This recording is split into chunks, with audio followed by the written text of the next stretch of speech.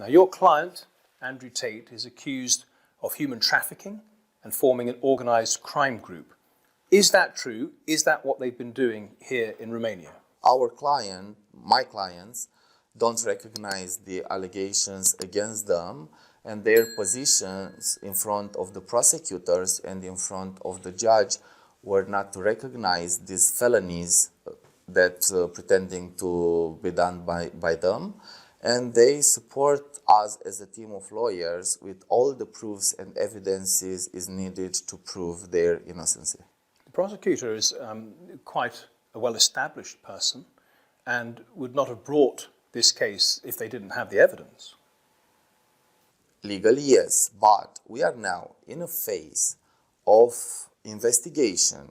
It's not a public phase of a trial. And we are not talking in this moment if the defendant is guilty or is not guilty regarding a felony. We are now in a phase that the prosecutors didn't finish the investigation. And I think that it's very early to talk about if we have a case or we don't have a strong case. The prosecutor has also the possibility not to send this case in the court to be judged. The prosecutor says 6 alleged victims were found, all women, at the Tate properties. Now, were these women being held there and exploited? From our point of view and from the position explained by our client, I will say definitely no. And as argument to my position is the fact that when the investigator came in the house of our clients, the doors were opened, all the girls had access to their own phone number, cellular data. If somebody is kept in a house against his will, and he has his phone, and he has the possibility to post on social media, on Instagram, to make TikTok content, to talk to the phone, has the same possibility to call 112. Or to just leave the house. Or to just leave the house. Because we have the evidences by the cameras from the house that the girls were alone in the house, that they demand food at that address. They were ordering food. They were visiting the town, the mall, they were making shopping together. But just because they have the ability to leave and to order food and go shopping, that doesn't mean that they're not being human trafficked.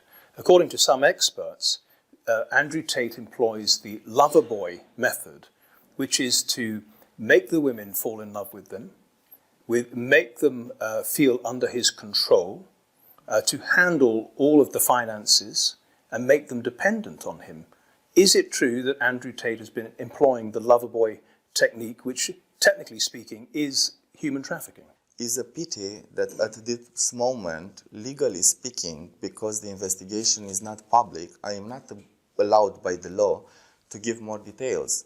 But I will give you that this lover boy method is not sustained by the evidences, and we have contrary evidences. And I am wondering, were all the girls so in love with Andrew Tate that all of the girls had their brain washed by this method of lover boy?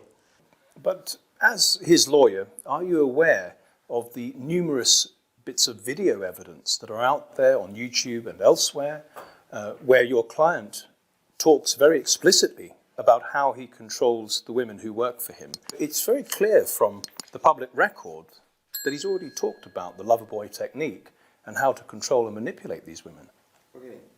I don't know by heart all the videos of Andrew Tate. We are now in a phase that we have to prepare other type of defendings for our clients. But I wondering myself, are you talking about the real Andrew Tate on those videos, or are you talking about a character? Because from my point of view, as you know, nowadays a lot of people are posting content on the internet just to sell an image, a character. I am not sure that we are talking about the real person, Andrew Tate. In previous videos, we have seen your client, Andrew Tate, boasting of being able to pay off the Romanian criminal justice system. So is that the intention for Andrew Tate now that he's actually, in jail? Is he going to try to buy off the Romanian criminal justice system? For sure, no. As a lawyer, I can say a big no. A big no. He's going to have to go through... And I don't want to comment anymore because I don't know this statement of my client, this declaration of my client. But again, you might think that that's just him playing a character. It is possible. It is possible. When your client was arrested, he said very enigmatically, the Matrix has sent their agents to get me. The Matrix has attacked me. Can you explain what he means by that?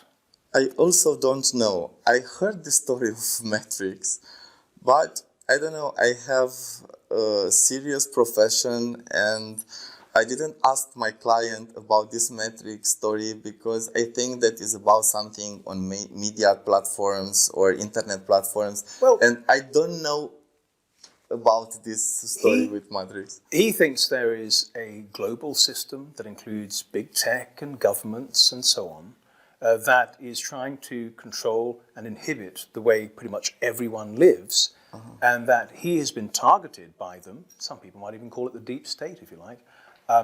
He has been targeted by them because he is trying to emancipate young men. Now, do you believe that as his lawyer? I don't believe that. And I think that if you are talking about my client beliefs, you should ask him at the proper time about this matter. This matter, it doesn't have to do anything with my activity as lawyer.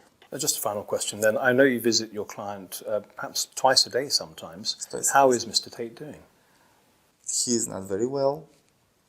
He's disappointed, but he is willing to resist. And to help the investigators to find the truth, to present all the evidences that he has in his favor, and he hopes that he will take part. It will take part of a fair trial.